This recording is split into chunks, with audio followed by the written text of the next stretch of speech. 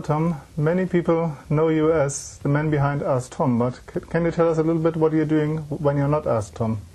Well, in addition to my job at Oracle, I have two children, a 15-year-old daughter and an 18-year-old son, and they consume most of my free time, you know, with extracurricular activities like soccer and horseback riding and Boy Scouts and things like that.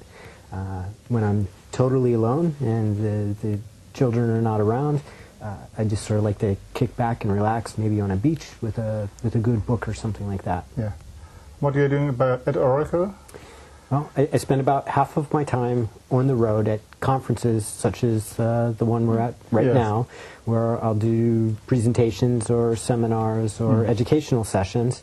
On those weeks that I travel, I also visit with customers, so do customer visits, which is either in a sales sort of situation or, again, as education or helping. They're having a performance issue or something like that, so we'll sit down and go over their information. The other week, I work at home, so my commute is from my bedroom to my office, and I spend that week recharging my batteries, getting caught up on things, developing new material, answering Ask Tom questions, writing the column, working on books, working with customers again, doing web seminars and whatnot from home. Okay. So, from your opinion, what's the best feature of the new database edition? Oh, that's easy. It's the thing called edition-based redefinition, and it's a feature of the database, not an option, which is great because everyone will have access to this.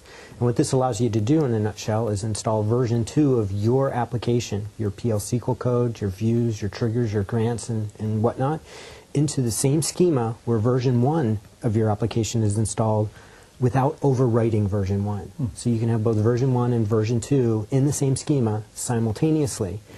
This will help dramatically reduce downtime during application maintenance because you don't have to kick everyone out to do your create or replace of the new code. You just create or replace the new code in a new version, and it coexists with the existing version. Sounds interesting. And what do you think is the most underrated feature of the database? Yeah, I was asked this question earlier this year when I was in Moscow, and I thought about it for a minute, and the answer I came up with and will stick with is SQL itself, which seems sort of funny because that's the basic feature of the database.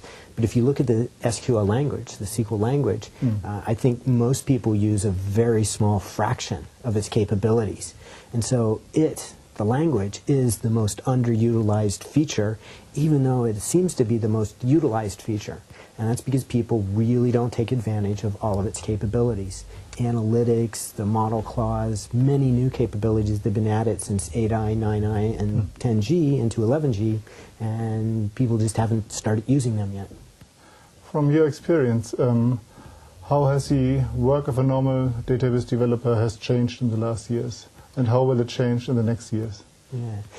In the last 5 years, I don't think it's fundamentally changed very much because we're in sort of the middle of a period where everything has been the same for a little while. The last time we underwent a major shift was 15 to 10 years ago when we started moving away from client-server and into internet development. And now for about the last 10 years, we've been seeing that technology sort of mature.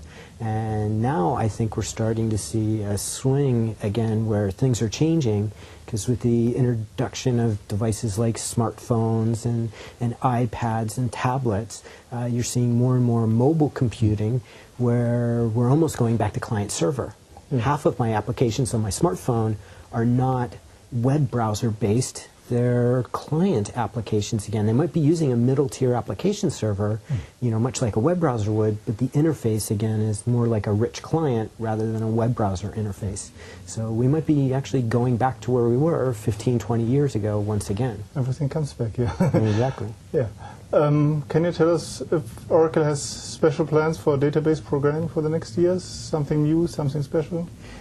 If you look at the programming environment, that's something that almost always gets pulled along with the current trends. So rather than setting a trend necessarily, I think you'll see the tools necessary to complete the trend, if you will. So the Java development environment will be a big one.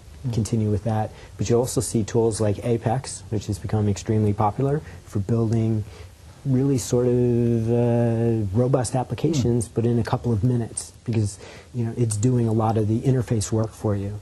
And then you'll see more and more application developments for building things for smartphones and tablets and that new sort of interface environment. Yeah. A little bit to ask Tom, you're doing it for more than 10 years, I think now. Yes. Has the type of question changed in this 10 years? In the 10 years, the types of questions really haven't changed. What has changed is the generation of people asking the questions. So I've seen people graduate from Ask Tom, if you will. Yeah. So the people who were asking questions in the year 2000 are now the people speaking at the conferences, developing the papers, writing the books, answering questions on forums. But year after year, there's another generation that comes in, and frankly, they have pretty much the same basic questions. Yeah. Are there still questions which are a challenge for you? Oh, sure, because the answers to the questions change over time. Yeah. If you go back and find some of my questions which were posted 10 years ago in the year 2000, you'll see through the review and follow-up that I'll have written things change over time. Yeah. Because my original answer, while true in the year 2000, is maybe not true in the year 2010. So because things constantly change and my answers therefore have to constantly change, it's always a challenge. Many times I find myself hitting the backspace key as I'm answering a question because I discovered that what I was typing used to be true but is no longer true. So I have to rephrase the answer. Could you share with us one or two of the most interesting questions you got in the last time? Sure. That would have to do with one of my favorite topics, and that's bind variables, because that's a topic that has been a never-ending place of change. The way things used to work in Oracle 8i, there was a feature, bind variable peaking, which many people have heard of. In Oracle 8i, it did not exist. So my answer for bind variables was one thing in 8i. And then in 9i and 10g, they introduced this bind variable peaking, which is this technology that affects how statements are parsed and can be very confusing if you don't understand it. And then once we got to understand that in 9 and 10, of course they had to change it again in 11G, and there's another new feature called adaptive cursor sharing that works with bind variable peaking but changes everything again. So it's the questions on bind variables that, frankly, I answer them over and over and over again, but the answers are constantly changing and the approach to it's constantly evolving, which keeps it interesting. Okay. Thank you, Tom, for asking us these questions, and hope we see you on the next conference again. Okay. Thank you. Bye. Thank you.